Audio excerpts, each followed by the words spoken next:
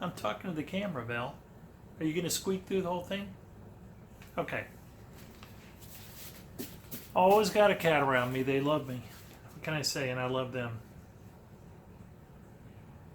She has no concept of why I'm talking to this little camera.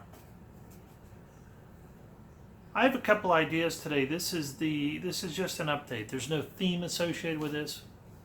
I like to kind of pick a detail of a clue or something that I can talk about. But today I just have a couple of things I want to discuss. One of them has to do with where warm waters halt. Last time I talked about where warm waters halt was when I introduced the concept of kid thinking, which Fenn has said on numerous occasions, and I think there must be a reason for it, that little kids might have a better chance of finding the treasure than adults. And I realize he can be saying that figuratively and just trying to make us open our minds a little bit, think more like children, have a lot of more imagination. He has also said numerous times we need more imagination when we think about this, think outside of the box, things like that. But yeah, I know.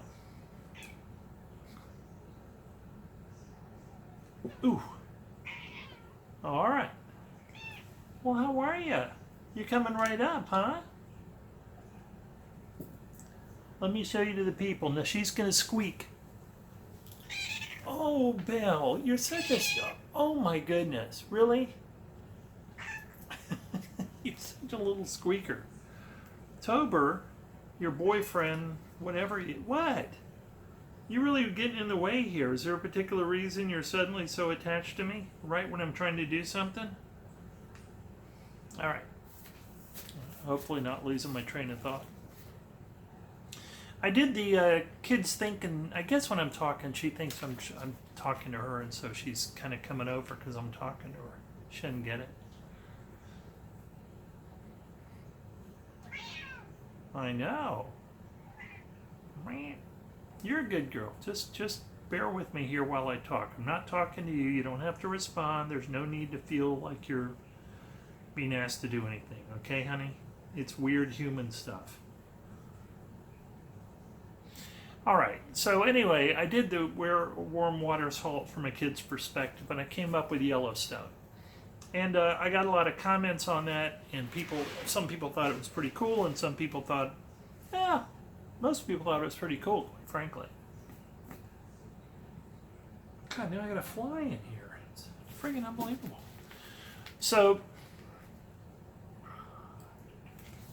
where warm waters halt from a kid's perspective, how could you see it on the Rockies if you're a kid? I came up with the concept of a kid sees Yellowstone and he thinks gold, Yellowstone.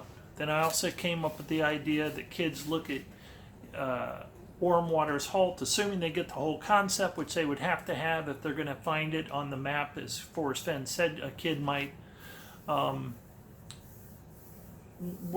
assuming they get the concept of where warm waters halt, we're talking about hot or warm water. Well, warm water that is halting somewhere.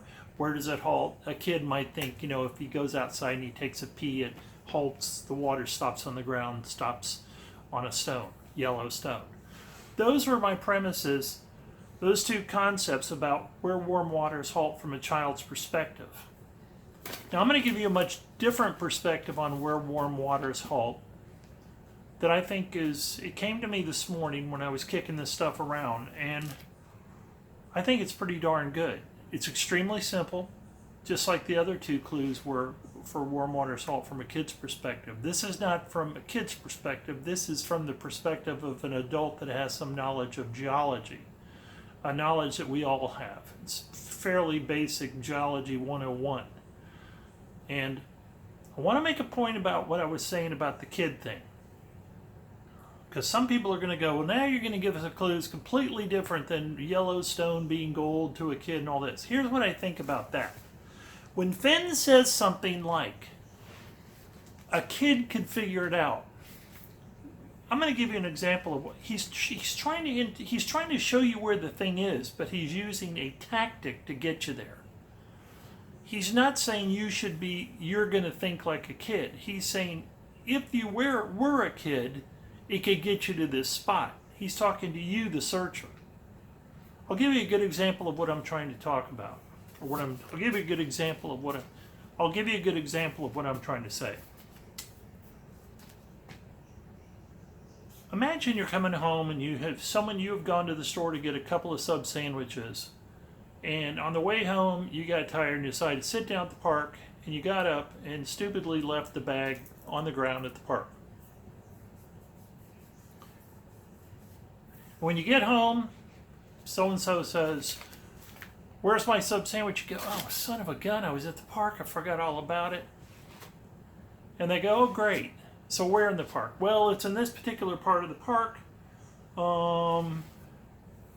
but you'll just have to go actually see it." And they're like, "Well, what?" And you go, "You know what? It's in the plastic bag's yellow. You can't miss it."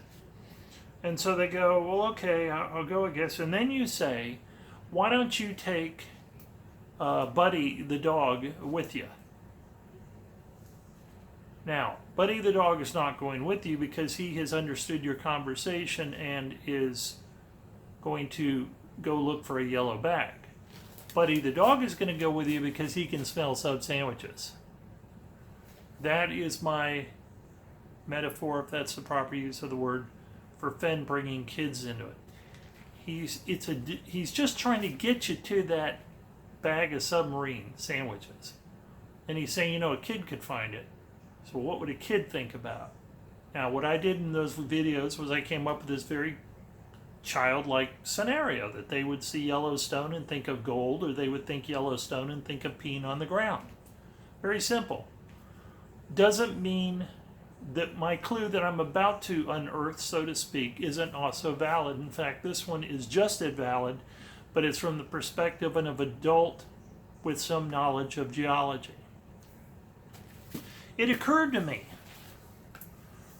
that when you're thinking of where warm waters, plural, halt, where warm waters halt, where in the Rocky Mountains could you see a geological area where warm waters halt?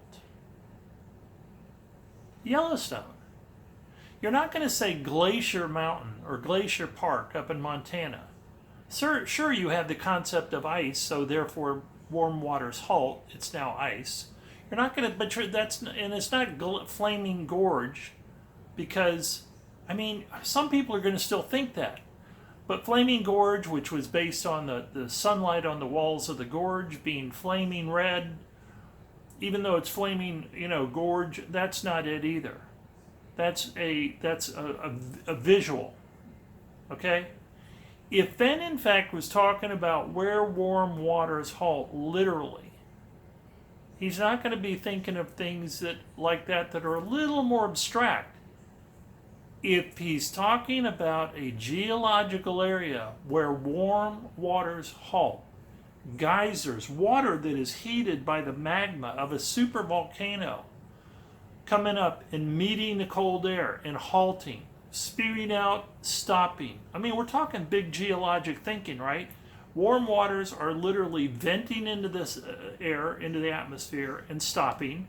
And warm waters, thermal waters, are coming out from these thermal vents, and they're going into the cold rivers. There are places in the Yellowstone where people bathe in the warm water, and you can go right down to the point where the warm water stops, and suddenly you're in colder water, and you go, oops, I want to go back up to where it's a little warmer. You have a multitude of places in Yellowstone Park where warm waters, plural, halt. It's a geological area where warm waters, plural, halt. I just think it's Yellowstone.